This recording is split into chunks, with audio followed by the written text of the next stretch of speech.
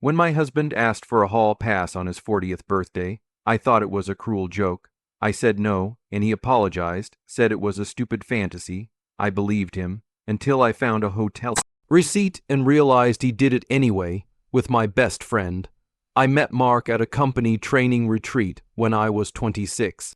He was charming in a quiet way, not the loudest in the room, but always the one people listened to. We bonded over bad coffee and a shared hatred for early meetings.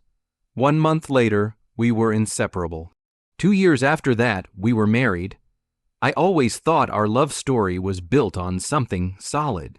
Not just attraction or romance, but real partnership.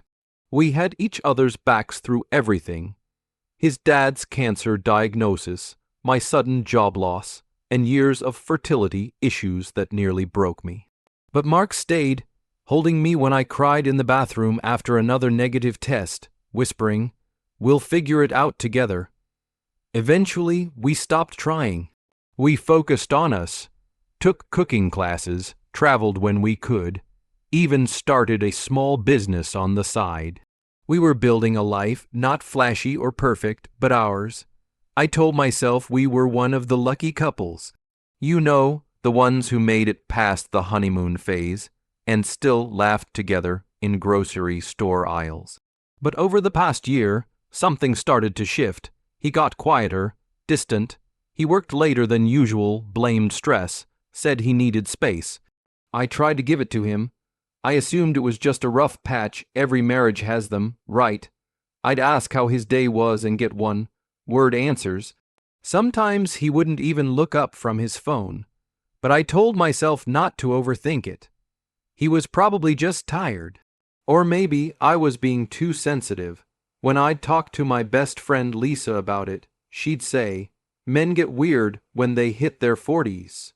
Midlife crisis, hormones, who knows?" And I'd nod, trying to convince myself that was all it was, just a phase, a funk, something we'd laugh about years later. I didn't realize I was already standing at the edge of a cliff. That what I thought was distance was detachment.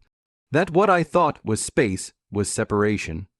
I had no idea that the man I'd built my life with, the one I trusted more than anyone, was already halfway out the door. And worse, that he wasn't walking out alone. It happened on an ordinary Tuesday night. We had just finished dinner, grilled salmon, his favorite, and were sitting on the couch watching a documentary. I remember I was folding laundry, and he kept shifting uncomfortably beside me. At first, I thought maybe something was wrong at work or with his family. I asked if he was okay. He nodded, but his eyes didn't meet mine. Then, out of nowhere, he said, "Can I ask you something without you getting mad?" I laughed nervously and said, "Depends on what it is."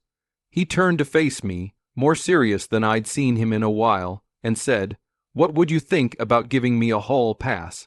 I blinked. "A what? A hall pass," he repeated. "Just one night, no strings, no questions. I turn 40 next week, and I don't know, I've just been thinking about everything I missed. I feel like I never really explored. I just want to feel something different, just once." My stomach dropped. I thought he was joking, some weird midlife crisis joke. I even let out a nervous laugh and said, "You're not serious." But he didn't laugh. He just looked down at his hands and said softly, "I am." I was speechless. It felt like someone had reached into my chest and twisted something. The man I had built a life with, who I had loved, supported, sacrificed for, was asking me for permission to cheat on me. Like it was some kind of gift I should wrap in a bow for his birthday. I told him no, firmly, calmly, at first. Then again, louder, when he tried to explain himself. I told him that kind of request doesn't come from a healthy marriage. That I wasn't just his wife, I was a human being with feelings. That he was asking me to destroy my own self. Worth so he could feel young again for a night. He apologized, almost instantly, said it was stupid, said he regretted saying it the moment it left his mouth. That he loved me, that he wasn't thinking clearly. I wanted to believe him. I needed to believe him. Because the alternative that he had already made up his mind was too painful to accept. His birthday arrived just days after that awful conversation, and I honestly didn't know how to feel. Part of me wanted to ignore it altogether, to not make the effort. But another part, the loyal part, the wife in me, clung to hope. Maybe he really had just made a stupid mistake. Maybe his apology was genuine. Maybe we could move forward. So I tried. I made reservations at his favorite steakhouse, the one we hadn't been to in over a year. I bought him a vintage Omega watch I'd been secretly saving up for. I even baked his mother's old chocolate cream pie, the one recipe he always said reminded him of childhood. I did everything I could to show him that we were still worth it, that I was still worth it. He acted grateful, I guess. But distant, like he was going through the motions. He said thank you, kissed my cheek, smiled at the gifts, but there was something hollow in his eyes. Something distracted. Throughout dinner, he kept glancing at his phone. He stepped away from the table twice to take work calls, even though he had taken the day off. I tried to ignore the sinking feeling in my gut. I told myself not to be paranoid, that I was overthinking everything because of the whole past talk. But that quiet voice inside me, the one I usually silenced, kept whispering, "Something's wrong." Later that evening, when we got home, I lit candles, hoping maybe we could reconnect emotionally, physically, something. But he claimed he was tired, said the food made him sluggish. He gave me a quick kiss, thanked me for a lovely night, and went to bed. I sat on the couch alone, pie untouched, wine half full. My chest ached with a strange kind of emptiness, not grief, not anger, just a numb sense of disconnection. Like I was watching my marriage fade in real time, but couldn't do anything to stop it. It wasn't just the distance that night, it was how familiar it had become. The way he'd look right through me, like I was no longer part of the picture, and the worst part, I still kept telling myself this was normal.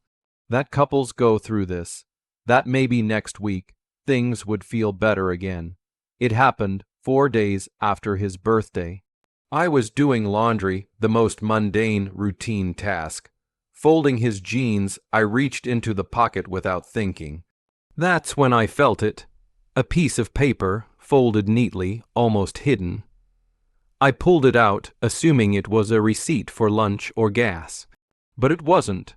My eyes scanned the paper once, then again, as the weight of it settled in my chest. It was a hotel receipt, local, just 20 minutes away, a well-known business hotel on the edge of the city. The date, his birthday night. My hands started trembling. I sat down right there on the floor.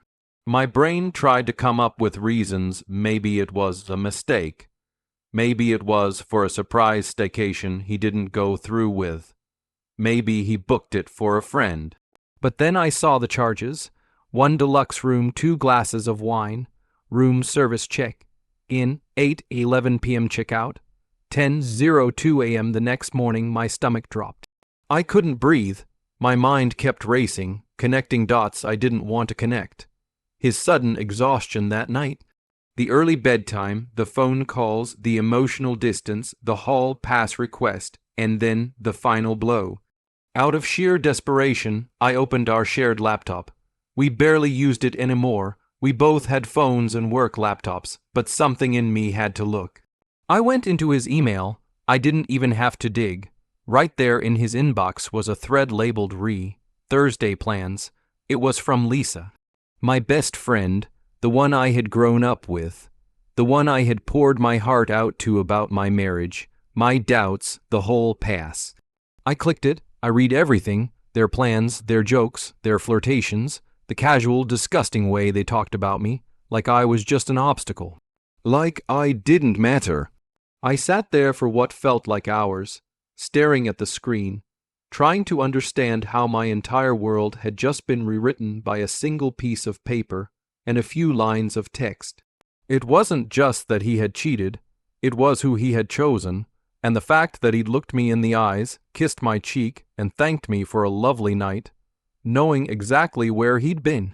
I didn't sleep that night. I sat on the edge of our bed, staring at him, peacefully asleep, breathing steadily, as if he hadn't just detonated our entire life with one selfish, disgusting decision, as if he hadn't asked me for permission to cheat, and when I said no, done it anyway.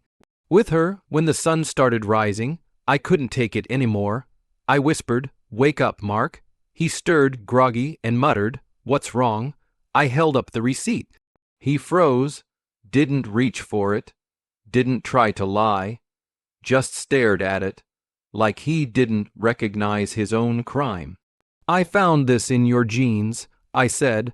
My voice was steady, too steady, the calm before the storm. "You were at a hotel on your birthday, after I made you dinner, after I gave you a gift, after I said no to your disgusting hall pass idea." He sat up slowly. "Still no words. Tell me who it was," I demanded, even though I already knew. I needed him to say it. I needed to hear him admit it. He finally whispered, "Lisa." And that's when I broke. I screamed, cried, pounded my fists into the mattress like a child. My world collapsed right there in front of me. Not only had he betrayed me, he'd done it with the person I trusted most outside of him. Lisa, my best friend, my confidante, the one who stood next to me at our wedding and gave a speech about true love. The woman who held my hand when I sobbed about our fertility struggles. The one I cried to about him, the one who looked me in the eyes and told me he loves you. I asked him, why her? Of all people, why her? His answer, she was just there, like I was never enough. Like my love, my loyalty, my effort, none of it meant anything. I asked him if he loved her. He said no. I asked him if it was a one-time thing. He didn't answer. In that silence, I felt everything I had ever believed in vanish. Every memory, every promise, every plan. It wasn't just cheating. It was a deliberate, calculated choice to destroy me. It's been 6 months since that night, the night my marriage ended, the night I stopped recognizing the life I was living. I wish I could say I left right away, that I packed my bags, slammed the door, and never looked back. But real life isn't that clean. I stayed for a few weeks. I cried. I begged him for answers he couldn't give. I tried to understand how the man I loved, the man I trusted, had turned into a stranger I couldn't even look at without feeling sick. He kept saying it was a mistake, that it didn't mean anything, that he didn't even enjoy it, but none of that made it better. In fact, it made it worse. If it meant nothing, then why was it worth destroying everything? I cut Lisa off the day after I found out. I sent her a single message, "You knew, and you did it anyway. I never want to see you again." She didn't respond, and honestly, that hurt almost as much. No apology, no guilt, just silence. I moved out a month later, found a small one, bedroom apartment downtown. Quiet, a little lonely, but mine. I started therapy. I stopped checking his social media. I threw away the photo albums. I even boxed up the watch I gave him and mailed it back, not because he deserved it, but because I didn't want it haunting me in a drawer. Some days, I still cry. It sneaks up on me in the middle of folding laundry or hearing a song we used to dance to. And sometimes the grief turns to rage because I gave him everything. My loyalty, my body, my time, my love.